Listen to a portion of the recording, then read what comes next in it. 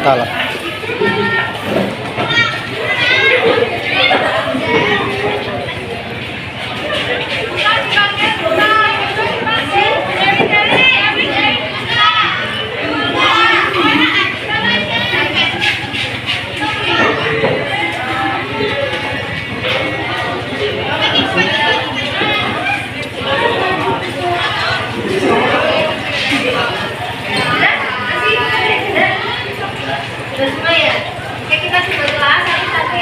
Jadi yang pertama dulu, jangan buang sampah gelas.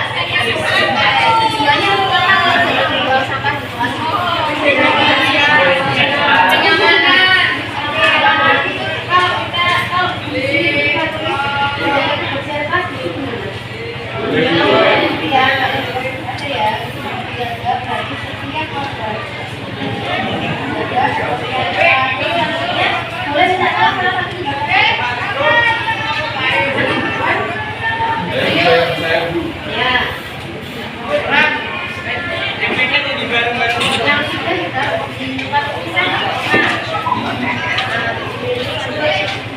Tepat waktu.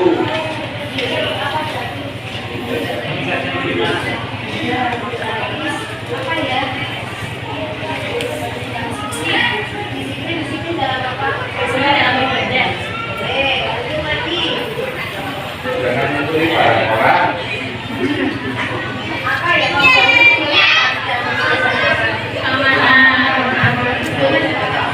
Langsung diaman. Saling berjaga, keamanan, lanjut. Tidak lebih seperti.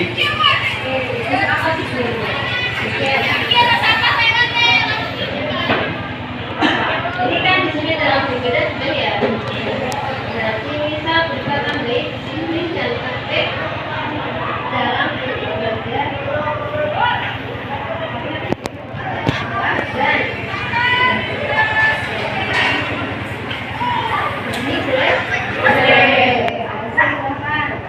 Internet belajar. Cuma sampaikan kebakan lanjut. Anak sebelah bisa sopan dan disiplin. Baca lagi maksudnya. Sopan dan disiplin ya tadi yang tadi ya. Berarti menjaga lanjut. Hormati gurumu, sayangi temanmu. Menjaga kemasan berarti ini juga masuk ya. Yang sama dicopot aja mas. Lanjut. Jadilah diri sendiri dan pantang menyerah. Tujuannya untuk apa tak?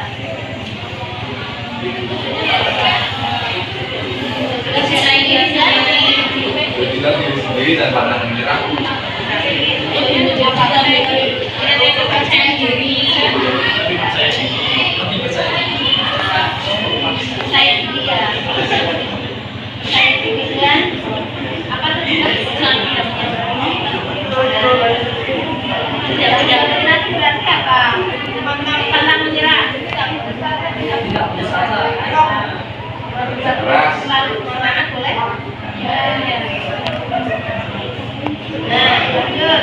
Saat guru menerangkan pelajaran di depan, dengarkan dan dicatat materi yang penting.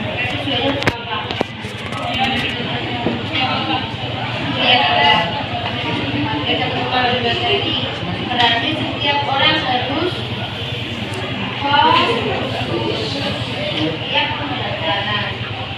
Jadi bisa lebih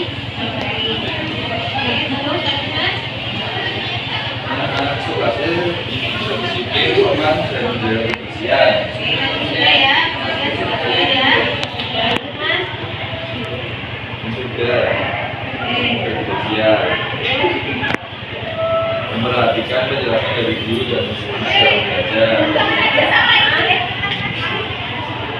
Kelas 11E tepat waktu dalam mengumpulkan tugas. Berarti apa yang maksudnya?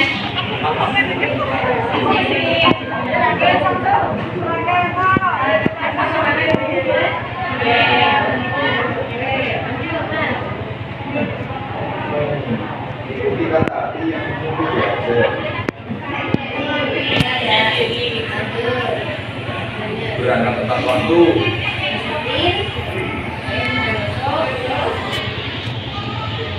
Saya yakin kelas ini ke depannya bisa menjadi semakin baik. Ini harapan.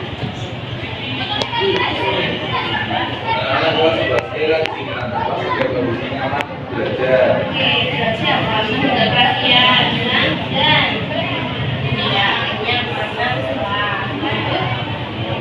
Jaga dan meletakkan barang sesuai tempatnya. Apa? Mana dia? Saling peduli, menghargai dan membantu satu sama lain. Apa? Saling mengerti, menghargai, dan satu sama lain. Lanjut. Disiplin waktu. Disiplin dalam mengerjakan tugas piket.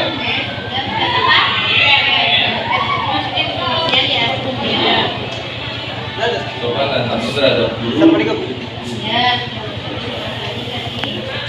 Dalam membantu pada setiap detik, menit, dan setiap jam.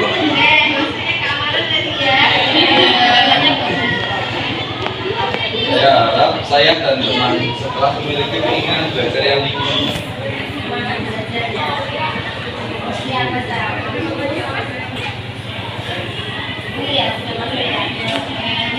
Yang terakhir adalah chemistry.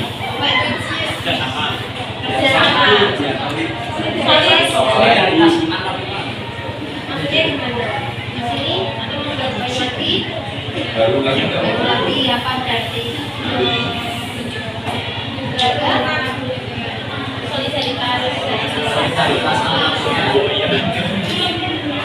Oke, isi kelas kita nanti akan di print out dan ditempel di tempat kelas ya, agar kalian selalu ingat dan bisa melaksanakan sampai nanti kalian sampai ada dari pelatih ya. Itu terima kasih. Assalamualaikum warahmatullahi wabarakatuh. Waalaikumsalam.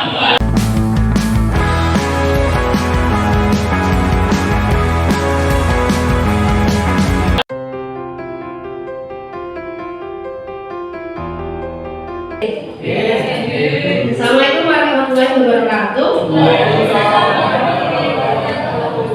Salam dan bahagia Bapak Ibu Ibu semuanya.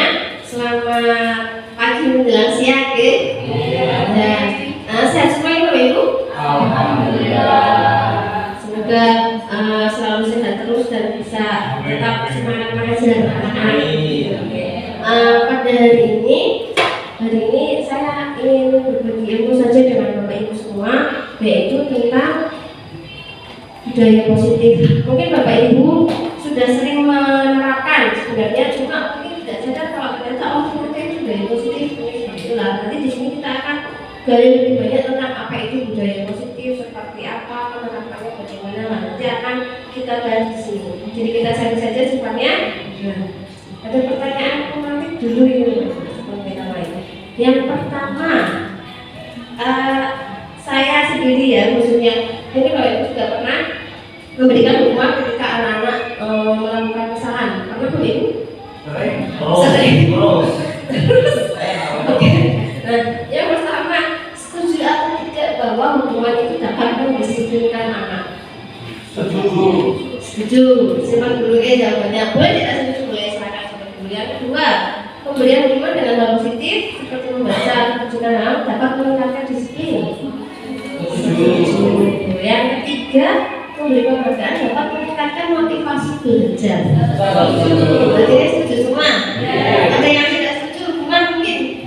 Setuju semua Bu? Kalau yang pertama bisa setuju bisa tidak. Iya. Tapi yang kedua Oke, kita lanjut dulu. Nah, nanti ketiga hal itu akan kita bahas setelah kita pelajari materi. Jadi setelah harapannya setelah nanti kita materi saya sampaikan, semoga Bapak Ibu ada perubahan pandangan tentang hukuman tadi, tentang teamwork atau penghargaan seperti itu. Jadi tidak selamanya hukuman bisa mendidik dan tidak selamanya itu juga bisa membahagiakan atau memberi penghargaan sebenarnya kepada anak. Itulah hari ini yang kita belajar itu sangat disiplin positif. Kemudian nilai-nilai kebajikan juga, motivasi, hukuman, penghargaan, dan restitusi, keyakinan kelas, kebutuhan dasar manusia. Kemudian restitusinya kita akan lebih banyak menggali di sini adalah posisi kontrol dan segitiga restitusi. Nah, yang pertama dulu perubahan paradigma lamanya. Sekarang di sini saya mau ada geng kecil. Boleh minta perwakilan 2 orang? Boleh. Bapak boleh? Silakan. Bapak berarti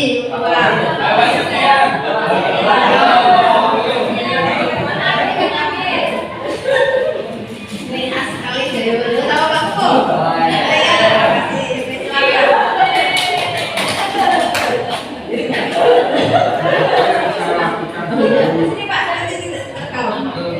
Nah, di sini oke, ada 2 orang B, A sama B, Pak Kuko dan Pak Ambadi. Nanti silakan siapa yang mau jadi A, siapa yang mau jadi B. Jadi yang jadi A itu ibaratnya kayak memegang sesuatu di tangan. Menggenggam, salah saya menggenggam. Kan ada yang digenggam.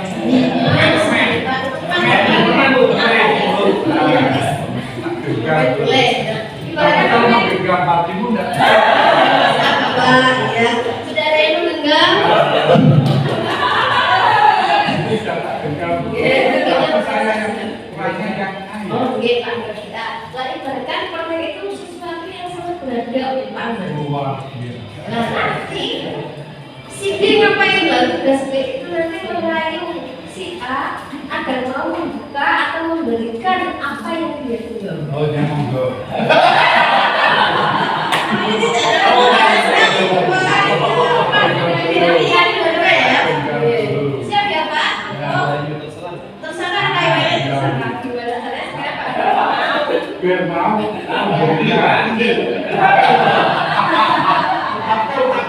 Bulatnya bagaimana? Itu ada nanti kita yakin. Siap ya Pak? Pak Kuko berarti? Ya. Siap, silakan mulai Pak Kuko.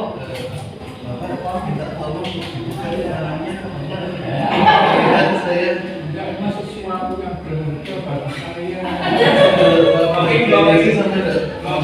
Luar biasa ini pastinya satu-satunya barang yang kami hargai. Oh ya. Kebenaran saya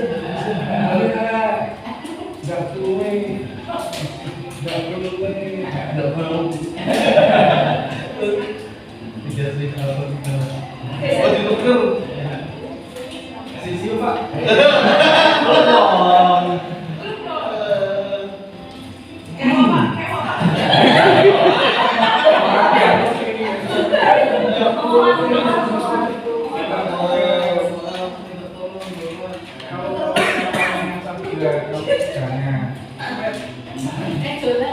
Oh iya, itu kan turun sama ini yang saya bilang. Oh dia satu-satunya, satu-satunya.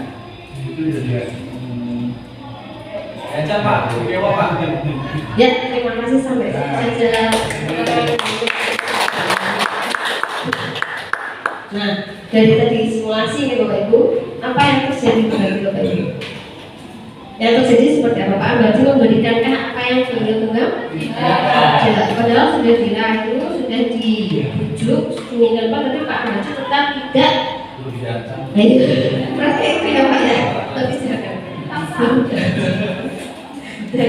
Nah, paradigma ini yang nanti akan kita ubah. Nah, dari situ sebenarnya yang bisa memutuskan untuk membuka atau tidak itu siapa? Pak Ambadi bukan Pak Kuko? Dua-duanya bisa? Ya kalau saya Pak Kuko Oke, kita coba selanjutnya dulu. Nah, yang sering kita lakukan selama ini mungkin ya, termasuk juga saya. Jadi saat ini kita ibaratnya kita kayak berusaha untuk mengontrol anak. Jadi saya ingin anak jadi kayak seperti ini, seperti ini, seperti ini. Tapi pada kenyataannya bisa tidak Bapak Ibu? Bisa. Bisa? Bisa. Tapi banyak. Iya, makanya tidak bisanya karena tadi kembali lagi ke Pak Ahmadi bahwa beliau membuka atau tidak itu kendalanya ada di siapa? Ada di Pak Ahmadi sendiri, bukan di Pak Koko. Aku mau main serbumbal apapun, kalau Pak Ahmadi tidak mau ya tetap tidak akan membuka tangannya. Jadi itulah ilusinya. Sebagai ilusinya kita berlalu. Ilusinya pertama guru itu seolah mengontrol murid. Jadi seolah murid itu saya jadikan seperti ini, seperti ini, seperti ini. Padahal kenyataannya tidak bisa karena semua ada di tangan anak. Itulah yang kedua, ilusi yang kedua. Nah, ini kritik dan membuat orang merasa bersalah itu dapat penguatan karakter. Itu juga saya rasa sering kita lakukan deh, bahwa biar anak merasa bersalah, biar jerat, tapi sebenarnya dampak yang ditimbulkan pada anak itu lebih besar. Itulah yang ketiga, bahwa semua penguatan positif efektif dan bermanfaat. Padahal belum tentu penguatan efektif positifnya seperti apa. Misalnya dalam memberikan penghargaan, itu penguatan positif, tapi tidak semua reward, tidak selalu reward itu bisa memberikan manfaat. Ternyata yang ketiga, orang dewasa melihat untuk memaksa. Kenyataannya seperti itu. Tapi pada akhirnya kembali lagi ke yang dipaksa, mau tidak, begitu itu. Nah, di sini ada dua teori. Yang pertama dari stimulus respon, yang kedua teori kontrol atau pilihan. Nah, pada teori stimulus respon kita mencoba untuk mengubah orang.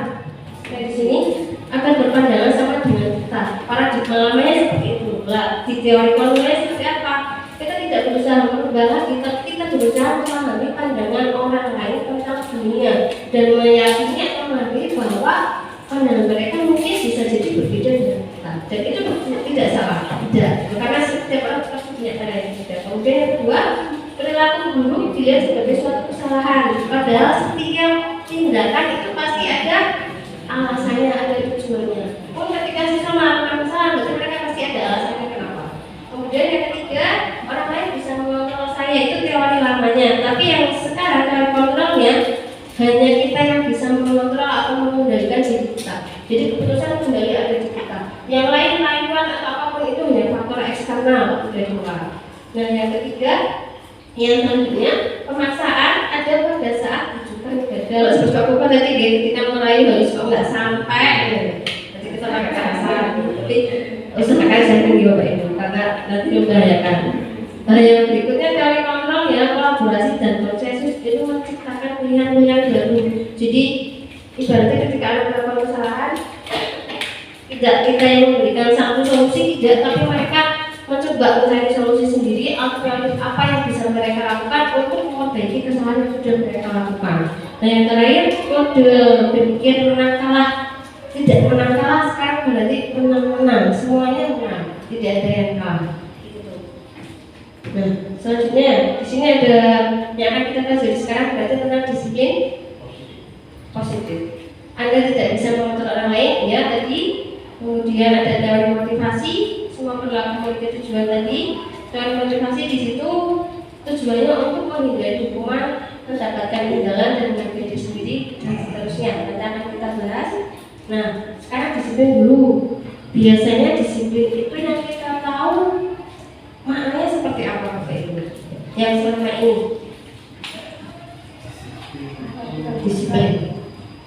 Kalau boleh tanya, berbangsa disiplin itu kan keteraturan, komitmen, apalagi biasanya Bapak Ibu yang melekat di kita sekarang selama ini jadi mengikuti aturan, ketaatan, nah seperti itu ya.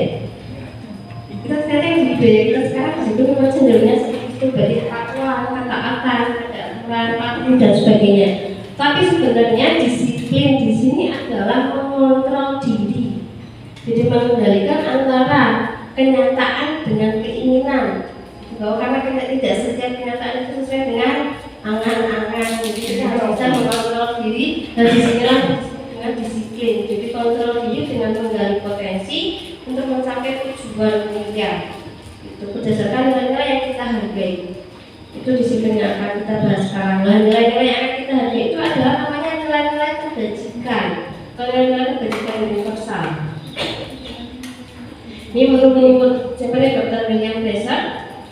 setiap perilaku perbuatan memiliki suatu tujuan seperti yang kita bahas tadi, bahwa semua tindakan itu pasti ada tujuannya, sekalipun tindakan itu tindakan yang salah, mereka pasti punya alasan. Kemudian yang berikutnya memainkan dengan nilai-nilai kebajikan yang diyakini seseorang, baik yang intrinsik akan membangun, kemudian untuk mencapai tujuan yang diinginkan untuk dia proses. Nah, nilai-nilai kebajikan yang ingin dicapai pada waktu pelajar Pancasila ini ada 6 seperti yang kita terangkan di kelas 10 Bapak Ibu. Yang pertama mandiri, pasti sudah hafal semuanya, beriman, bertakwa, kuliah, mandiri, berteman etis, kebinekaan global, bergotong royong dan kreatif, ada waktunya. Yang berikutnya itu tentang nilai kebajikan tadi yang nanti akan diterapkan di pembelajaran, harapannya bisa seperti itu. Nah, yang berikutnya teori motivasi, hukuman, penghargaan, dan restitusi. Mungkin yang baru di sini restitusi, karena belum sekalian belum familiar. Nah, dari motivasi dulu di sini ada 3 mengapa seseorang melakukan tindakan. Biasanya yang pertama untuk menghindari hukuman atau ketidaknyamanan seperti itu. Anak-anak memotivasi akan kenapa biar tidak dihukum, biar tidak diserap, biar tidak disuruh lari seperti biasanya alasannya. Nah, yang kedua untuk mendapatkan imbalan dari orang lain atau institusi. Karena apa? Karena kita sering memberikan reward tadi. Jadi kita keseringan memberikan penghargaan. Jadi anak melakukan sesuatu itu karena ada arahnya apa untuk mendapatkan imbalan tadi. Nah, yang ketiga untuk menghargai diri sendiri. Ini yang sangat sulit dan tujuan kita yang ketiga yaitu untuk menghargai diri sendiri, menunjukkan rasa tersebut pada diri anak. Itulah yang nomor 1 dan 2 itu merupakan motivasi eksternal karena mereka melakukan itu bukan karena niat mereka, bukan dari hati mereka, dari dorongan dan lupa, karena aturan, karena hukuman, atau karena takut pada siapa lah. Tapi untuk yang ketiga ini adalah motivasi internal. Nah, tujuan di sini positif itu di sini jadi untuk menghargai diri sendiri, menunjukkan rasa itu pada diri anak. Kemudian menurut Ki Hajar Dewantara, merdeka artinya tidak hanya terlepas dari perintah, tapi juga cakap untuk memerintah diri sendiri. Jadi ini merdekanya tidak hanya lepas tidak tapi merdeka yang bertanggung jawab. Kemudian, dihukum oleh penghargaan. Dihukum oleh penghargaan yang seperti apa? Seperti yang tadi saya sampaikan. Jadi ketika kita terlalu sering memberikan reward atau penghargaan, akhirnya anak akan timbul semacam ketergantungan. Mulai ini akan memberikan pengaruh jangka pendek maupun jangka panjang. Jangka pendeknya apa?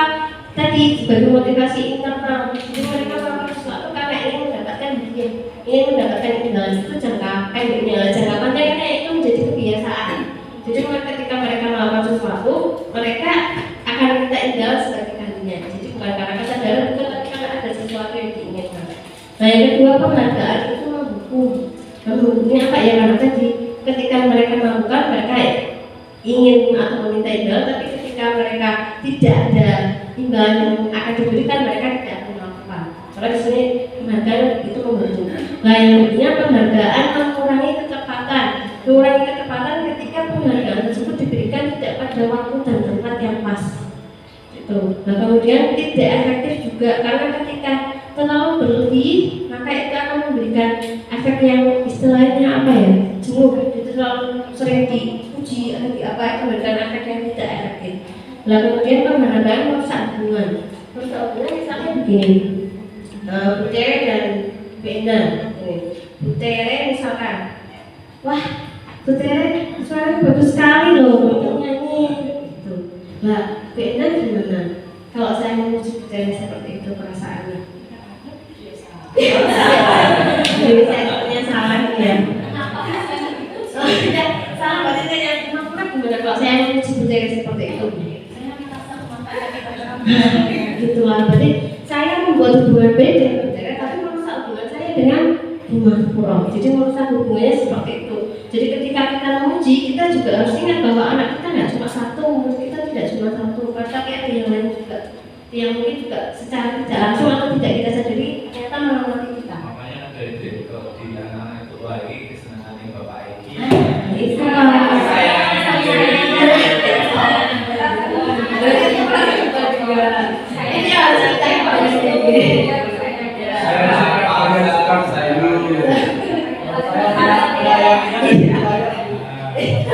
Gitu ya Pak. Ya berarti harus kita mulai lagi karena ternyata ada juga mengamati gitu Bapak Ibu. Meskipun ada yang berani langsung ngomong, ada yang tidak lah, tidak ini kan berbahaya. Nah kemudian lagi masih lanjut di pengelolaan penghargaan menurunkan kualitas. Jadi kadang orang ketika sering dipuji itu kan ibaratnya kalau bahasa Jawa apa? Unggul ya. Nah ada rupan sama kliknya. Jadi betulnya kan mungkin rajin aja jadi apa? Mesti kita kok. Tapi enggak ya betulnya menarik. Betulnya konsisten. Nah itu yang kemudian penghargaan menantikan kreativitas ya karena tadi keseringan dipuji akhirnya merasa sudah mampu dan tidak mau belajar lagi. Nah yang terakhir mengurangi motivasi intensif. Lah karena itu jadi kesadaran pada dirinya untuk menghargai diri sendirinya itu kurang. Dia cenderung melakukan sesuatu karena ben dialami, ben diuji, ben dapat hadiah dan sebagainya. Cenderungnya bukan lagi karena ingin meningkatkan kualitas diri atau apa itu tidak. Kemudian bentuk program kebajikan atau apresiasinya dalam memberikan. Nah terus gimana? Emosi gimana? Tidak boleh, tetap harus hati dan tapinya. Jadi ketika kita mengapresiasi ada hal yang harus diingat. Yang pertama beri dukungan secara khusus dalam artian yang dilakukan itu apa? Jadi spesifik betulnya tadi berarti nyanyi. Misalnya sebenarnya gitu, oh nyanyinya bagus ya betulnya ini itulah. Kemudian yang kedua secara pribadi dalam artian kita menyebut bahwa memang kita yang menguji gitu. Jadi oh betulnya tadi saya dengar nyanyinya suaranya bagus sekali gitu. Nah jadi maksudnya saya tidak, kami tidak, dia tidak, tapi langsung saya karena yang menguji saya untuk secara pribadi itu akan memberikan apa ya mental effect ke anak yang berbeda. Kemudian yang berikutnya pengakuan kepada semua murid bergantian, jadi tidak hanya yang menonjol saja, tapi yang biasa-biasa pun tetap kita beri apresiasi biar mereka tidak merasa tersisihkan gitu. Jadi biar adil. Kemudian yang berikutnya memberi pengakuan secara konsisten. Jadi ya semua tidak hanya hal besar, hal kecil pun tetap kita apresiasi, tetap kita hargai dan itu saya rasa Bapak Ibu pasti sudah sering melakukan. Tinggal mengukur lagi saja. Kemudian fokus pada prosesnya. Jadi tidak hanya berorientasi ke hasil, tapi tidak apa-apa, malah kamu sudah berusaha, kamu sudah berjuang. Jadi anak itu tidak merasa gagal. Kemudian, nah contohnya, realnya seperti itu. Di sini ada pembukaan dan nilai keberisikan ada situasi. Tapi ini kontekstual saja. Jadi misalnya saya contoh kemarin saya perhatikan jadi rasa empati itu besar sekali pada saat bertugas ini spesifik pribadi terus apalagi ya khusus juga jadi khususnya ketika menolong murid terus kemarin saya perhatikan itu juga secara pribadi harapannya kita bisa menerapkan ini pada pembelajaran di anak-anak. Nah ada beberapa perbedaan di sini kita masuk ke hukuman dan konsekuensi. Kelihatan? Bisa dibaca oh ya? Kelihatan tapi tidak terbaca. Nanti saya bacakan. Nah, saya bacakan yang pertama mencatat 100 kali di dalam buku kalimat. Saya tidak akan ulang lagi karena sudah buat ke sekolah. Kira-kira apa konsekuensi? Hukuman. Nah, alasannya? Ya, karena itu tidak berdampak langsung. Tidak berdampak secara langsung. Jadi itu maksudnya hukuman dan itu menentukan apa ya? Menyakitkan gitu ya si anak. Yang kedua lari menyanyi lapangan. Karena bapak itu Pak Kukuh yang dari olahraga. Oh itu sejarah. Oh panas.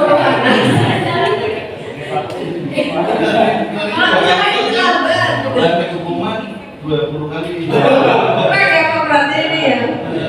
Lambat hukuman. Oke, kita yang bukan Pak Kukuh, Pak Arsyad nanti jadinya.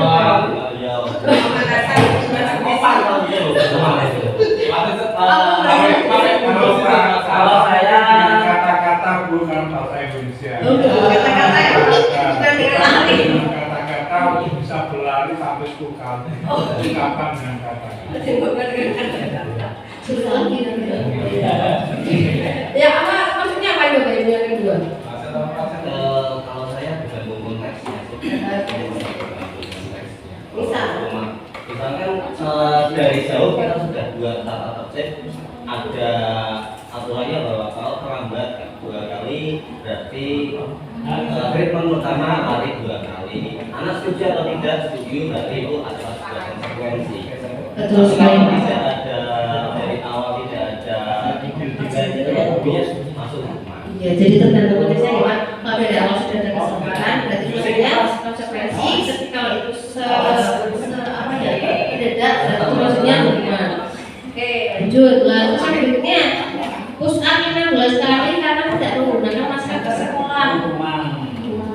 Tapi juga tergantung kondisinya, kalau sudah diumumkan di awal, berarti maksudnya jadi konsekuensi.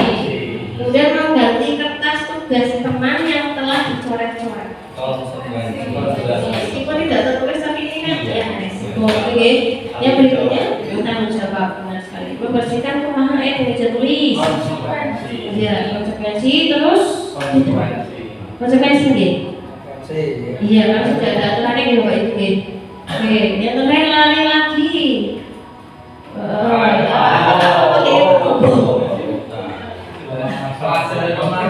Pemanasan ya Pak.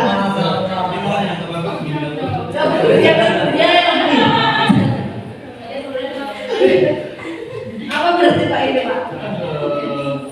Ya kalau udah ada kesepakatannya. Ya tergantung lagi, kalau sudah ada kesepakatan berarti konsekuensi, kalau belum ya hukuman. Nah, ternyata yang pertama hukuman kita anggapnya belum ada kesepakatan. Jadi ini masing-masing hukuman. Nah, yang ini juga konsekuensi. Terakhir konsekuensi ternyata karena sudah mungkin kesepakatan dengan guru besokannya. Nyambung. Nah, ternyata ada 3. Ketika siswa melakukan kesalahan ada 3 yang bisa kita lakukan: memberikan hukuman, konsekuensi, atau restitusi. Nah, bedanya di sini hukuman itu cenderung menyakitkan. Iya, ada Bapak Ibu, menyakitkan, memalukan seperti itu. Itu hukuman sebenarnya seperti itu. Tapi kalau konsekuensi, sesuatu yang memang sudah terjadi karena tidak sudah A ya harus B, karena sudah kesepakatan. Lah, kalau restitusi tidak, itu ada pilihan. Dan yang membuat pilihan itu anak sendiri. Kamu sudah melakukan kesalahan apa ini, kamu tahu resikonya ya. Kemudian apa yang harus kamu lakukan? Lah, dia sendiri yang nanti memberikan opsi-opsi, bukan kita hanya mengarahkan saja. Dan yang berikutnya, hukuman sifatnya tidak nyaman pasti, karena tadi menyakitkan, memalukan dan sebagainya. Dan ini berpengaruh jangka panjang. Tuh, kalau konsekuensi juga sama, tidak nyaman, tapi jangkanya pendek. Kemudian kalau restitusi itu jangkanya lebih halus. Jadi dia untuk mengeluarkan murid dan jangka panjang. Jadi menimbulkan kesadaran, oh iya ternyata kalau seperti ini saya salah merugikan orang lain atau bagaimana, jadi saya harus seperti ini. Jadi mereka timbul kesadaran sendiri, itu kalau restitusi. Nah, hukuman lagi, korban mendapatkan keadilan. Nah, korban bisa diabaikan bedanya itu karena tadi korban mendapatkan keadilan karena pelakunya sudah dihukum, gitu ya. Nah, dari ini mungkin yang agak beda mana nih Bapak Ibu? Nah, iya, kamu harus itu kalau hukuman. Kalau konsekuensi sifatnya hanya mengingatkan peraturannya apa, kamu salahnya gimana, seperti apa, seperti itulah. Kalau restitusi, nah, hampir sama dengan konsekuensi, cuma bedanya tadi berarti. Terus untuk menembus kesalahan kamu, memperbaiki kesalahan kamu mau gimana, kamu mau seperti apa, itu restitusi. Dan ini yang lebih ramah ke anak nantinya dan yang akan berusaha kita terapkan. Nah, apa itu restitusi?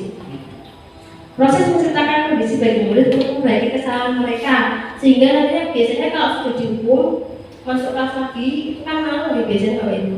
Kalau di restitusi itu tidak. Jadi ketika mereka dihukum, mereka kembali ke kelompok itu diterima karena mereka memperbaiki kesalahan itu dengan penuh kesadaran mereka sendiri. Bedanya restitusi di situ. Itu ada proses kolaboratif juga.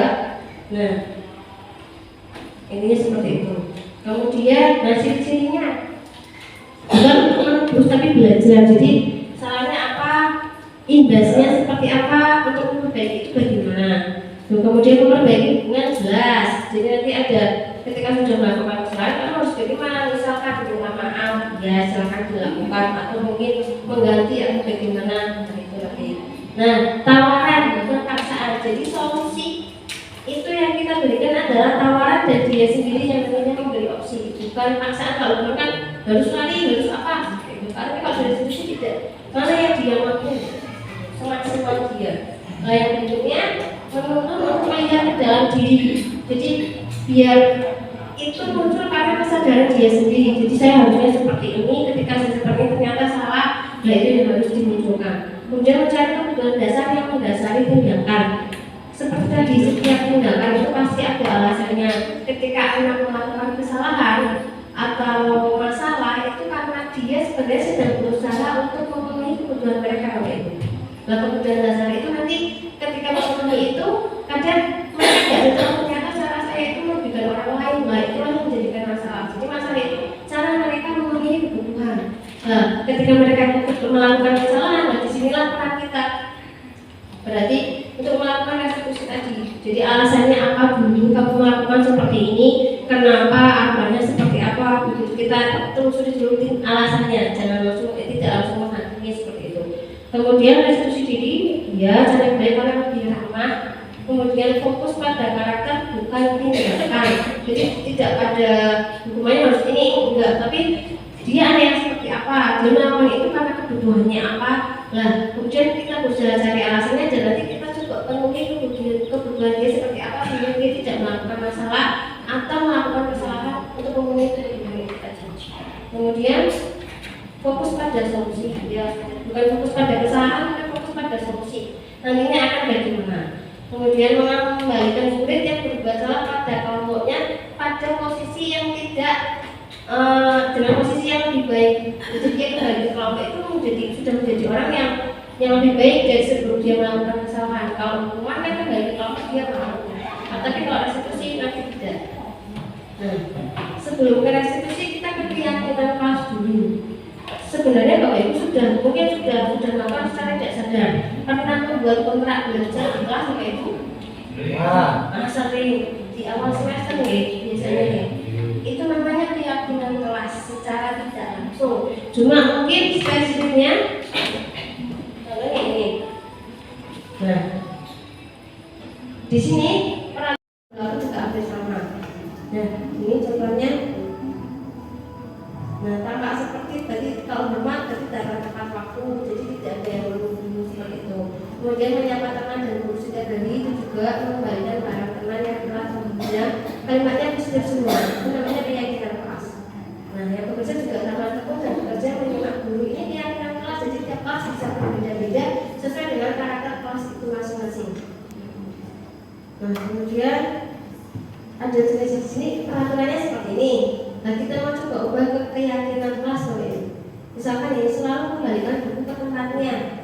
Kira-kira kalau dibuat keyakinan kelas jadinya bagaimana kata-katanya? Selalu kembalikan buku ke tempatnya. Kalau dibuat positif,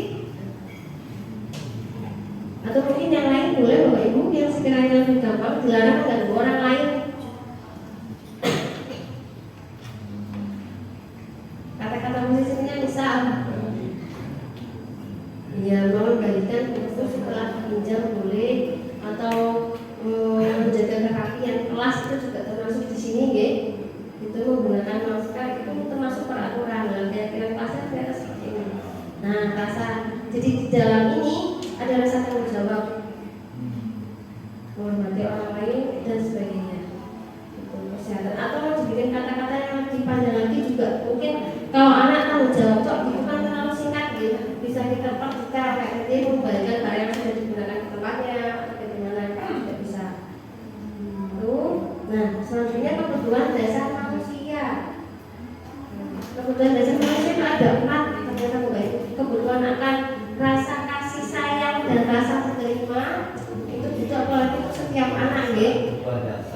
Yang terbesar. Kemudian yang berikutnya kebutuhan akan kesenangan, pembinaan, kemudian kebebasan dan pengawasan. Nah, jadi dari tadi, misalkan kasih sayang bagi diterima, ya berarti tidak ada yang dibesarkan atau merasa dibesarkan di kelas. Dan kalau penguasaan, misalnya dia di kelas kok tidak nyaman atau tidak punya pengaruh, nah itu dia butuh akan penguasaan, dia butuh eksistensi. Kemudian bagian. Jadi kadang anak melakukan kesalahan itu hanya karena saya senang aja begini, dia nangis saya senang aja begini gitu. Hanya untuk kesenangan. Jadi cuma mungkin yang nanti tugas kita adalah mengarahkan agar cara dia itu tidak merugikan orang lain. Tuh. Kemudian kebebasan jelas. Jadi setiap anak punya ekspresi masing-masing, punya cara masing-masing. Nah itu yang harus kita fasilitasi nantinya. Nah di sini ketika anak melakukan kesalahan dalam memenuhi kebutuhan, itu ada 5 posisi kontrol yang bisa dilakukan.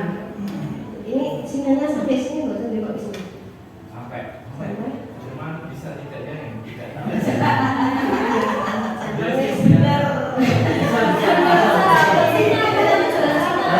Anda butuh pengakuan?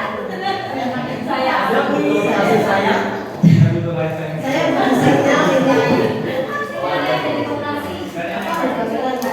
A1 masa. A1 boleh, A1 boleh. Boleh tahu maksudnya ada maksudnya betul-betul. Maknanya kamu listernya kamu. Ya kan kadang kamu. Nah. Pakai A1 Pak. Bisa. Oh ya itu login dulu login. Bisa tahu itu sih baru dosennya gitu. Enggak bisa. Bukan ya. Bisa.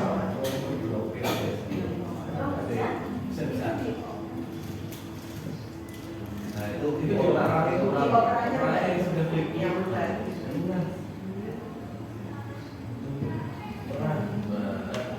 Nah, itu cil semua maksudnya kamu. Memang kamu ini Pak. Yes. Iya. Khusus dari Wah, sering aja lain loh.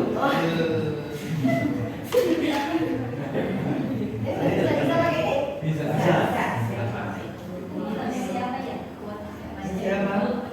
Kok kayak jadi ngomong terus?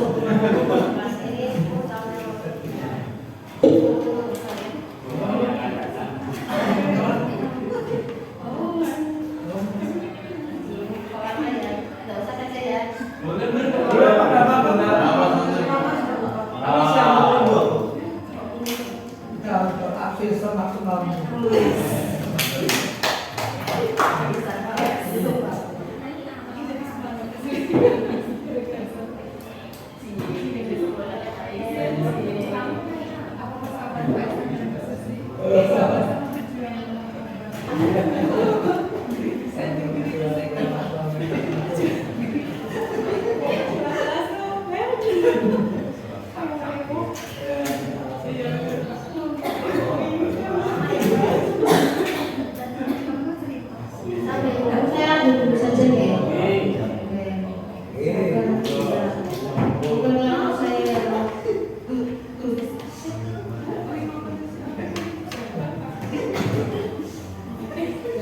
Lima posisi kontrol ketika menghadapi anak-anak kesalahan atau gagal lama.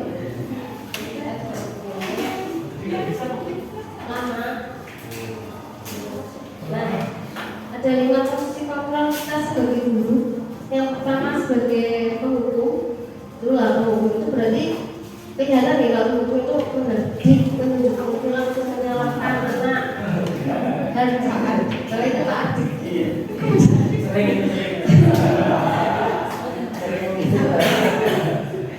Dampaknya mereka akan tetap mengalami kesalahan yang sama karena kita hanya memberikan secara eksternal saja kemudian posisi yang kedua itu membuat orang merasa bersalah. Jadi ketika kata-kata yang kita ucapkan itu membuat anak merasa bersalah, bahwa saya sudah bersalah, saya sudah begini.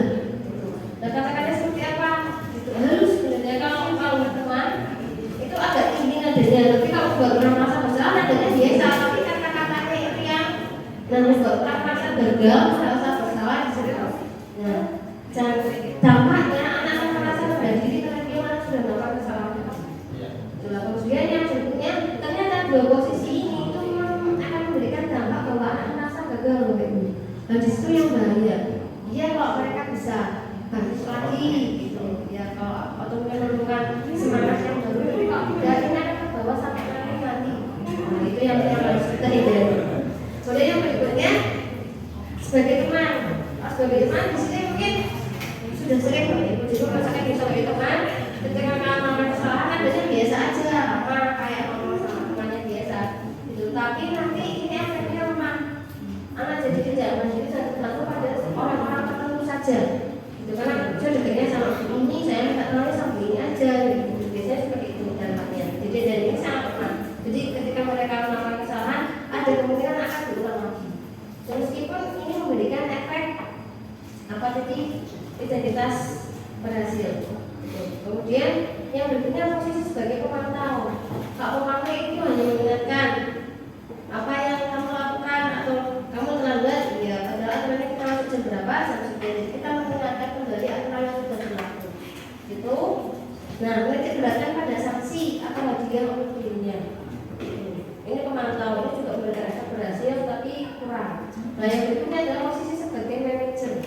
Nah, ini yang di antara kelimanya yang paling ideal itu yang manajer. Jadi ketika anak melakukan kesalahan, kita sudah pertanyaan seperti apa? Menanyakan alasan kenapa kamu begini, kenapa kamu begitu, kemudian sambungkan atau hubungkan ke aturan kelas yang dilihat ini. Jadi aturannya seperti apa? Kamu tahu seperti ini? Iya. Kamu tahu kalau kita punya aturan seperti ini? Iya. Jadi anak kita berjalan begini, anak menyadari, kemudian menguatkan pribadi. Jadi ketika anak salah, ya sudah. Karena setiap orang memang pernah melakukan kesalahan, tapi lah ada tapinya. Kamu harus memperbaiki. Meletakkan diri sebagai individu yang positif dalam dunia berkualitas. Jadi meskipun dia menyadari kesalahan, tapi itu juga menyadari bahwa dia harus memperbaiki kesalahannya. Itu kemudian bagaimana cara nah itu. Jadi anak sendiri yang kita sadarkan. Nah dari ini efeknya itu akan mengevaluasi diri, bagaimana cara memperbaiki dirinya, karena dia sadar bahwa yang dilakukan itu tadi salah dan merugikan atau menimbulkan masalah yang baru bagi orang lain. Itu contohnya bagi anak. Nah, coba kita identifikasi dari 5 posisi kontrol tadi Bapak Ibu. Kalau kita mengatakan saya kecewa sekali dengan kamu, kira-kira posisi kita sebagai apa? Ada 5 tadi ya. Nah, membuat merasa bersalah, teman, memantau, manajer. Kalau yang pertama, kira-kira apa Bapak Ibu? Yang membuat Iya, membuat rasa bersalah. Saya kecewa sekali, ya langsung mesti langsung. Yang kedua, kamu tidak pernah melakukan. Nah, apa ini kira-kira kata-kata yang seperti ini? Penghukum. Kemudian berikutnya, ayolah lakukan itu. Itu posisi apa? Teman. Karena bahasanya biasa saja gitu. Kemudian yang berikutnya kalau seperti ini, apa ini kira-kira? Memantau ya, memantau ya terlibat. Kemudian ini bagaimana kalau manajer? Nah, ini terakhir. Kalau yang terakhir, Selalu yang paling terakhir. membuat salah. Iya, membuat merasa bersalah. Itu mah. Kemudian yang berikutnya, berarti Bapak Ibu sudah bisa membedakan di antara penghukum, membuat merasa bersalah, memantau, teman, dan manajer. Ya. Dan Bapak Ibu bisa memilih memposisikan diri sebagai apa, tapi yang paling ideal ya sebagai manajer tadi. Nah, kemudian ini perbedaannya antara peraturan dan nilai-nilai. Nah, di sini bedanya kalau yang paradigma lamanya seperti ini dan paradigma barunya jadi bukan peraturan yang kita tekankan, tapi nilai-nilai yang kita yakini itu seperti apa yang akan kita terapkan. Posisi yang kita ambil sebagai manajer, kalau mungkin selama ini kita sebagai pemantau ya, bukan hukum ya Bapak Ibu. Lebih ke mengingatkan aturannya seperti apa, bagaimana bagaimana itu posisi mungkin yang selama ini kita. Nah sekarang kita coba beralih sebagai manajer. Jadi itu bukan menghukum, memberikan hadiah atau konsekuensi, tapi untuk memperbaiki kesalahan. Jadi mendidik anak di situ, mengarahkan anak untuk seperti itu. Nah berikutnya, nah ini titik intinya di sini sebenarnya segitiga restitusi. Restitusi tadi berarti apa yang memberikan konsekuensi kepada anak ketika melakukan kesalahan, tapi dengan beberapa opsi. Bedanya dengan hukuman dan konsekuensi itu. Di restitusi jadi nggak kita ambil langsung segera itu, enggak, ada langkah-langkahnya. Yang pertama, menstabilkan identitas dulu. Menstabilkan identitas gimana ketika mereka melakukan kesalahan, stabilkan dulu. Ibaratnya menenangkan. Pak, misalkan kamu pernah salah atau ya guru juga pernah seperti itu. Jadi kita hanya menstabilkan emosi anak dulu. Biar dia tidak terlalu down, tapi juga tidak terlalu emosinya terlalu tinggi.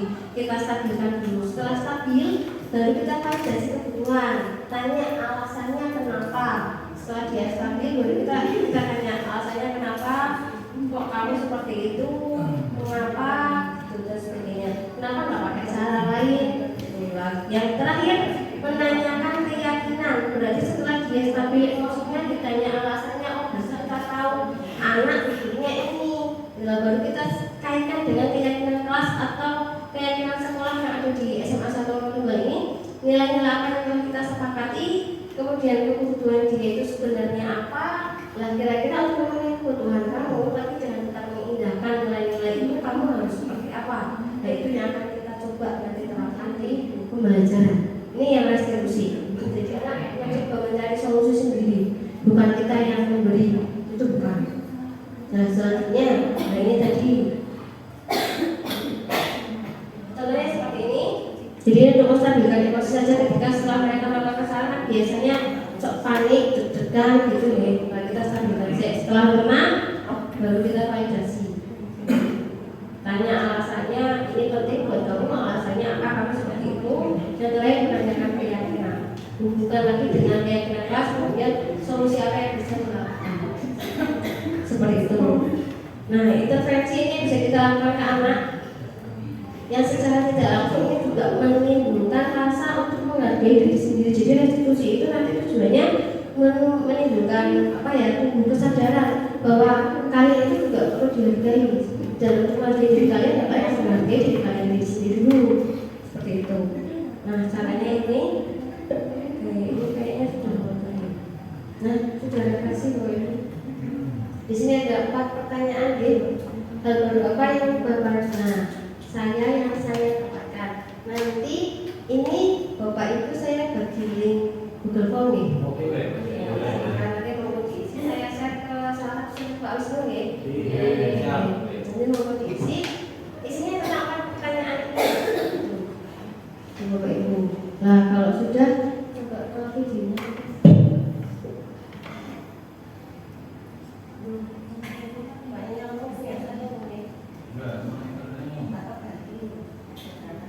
Belum bayar ya. Biasanya bisa istilahnya apa nih?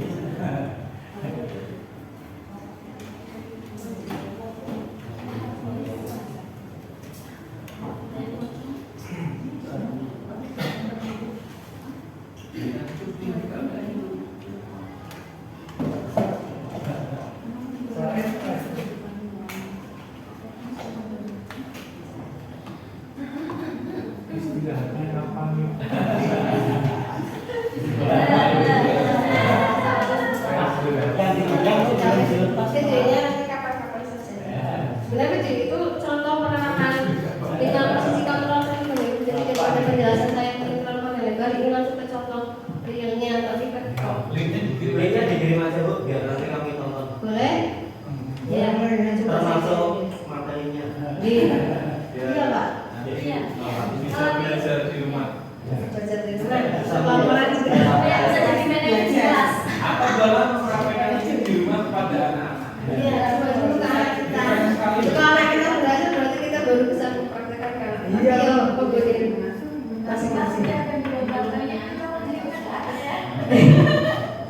Iya, benar-benar. Oke, ini karena tidak bisa, berarti sudah. Demikian disertasi dari saya tentang budaya positif. Di sini saya juga belum begitu mendalami materi ini. Saya masih belajar bersama dengan Bapak Ibu. Sarannya membangun sangat saya butuhkan dari Bapak Ibu semua. Karena di sini juga saya mungkin penyampaian nggak mungkin lagi penyampaiannya banyak yang kurang, mungkin terlalu membosankan atau seperti apa. Kalau biasa.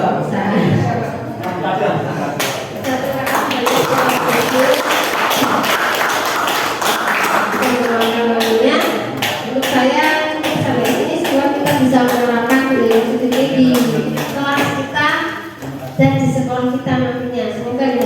Terima kasih. Wassalamualaikum warahmatullahi wabarakatuh.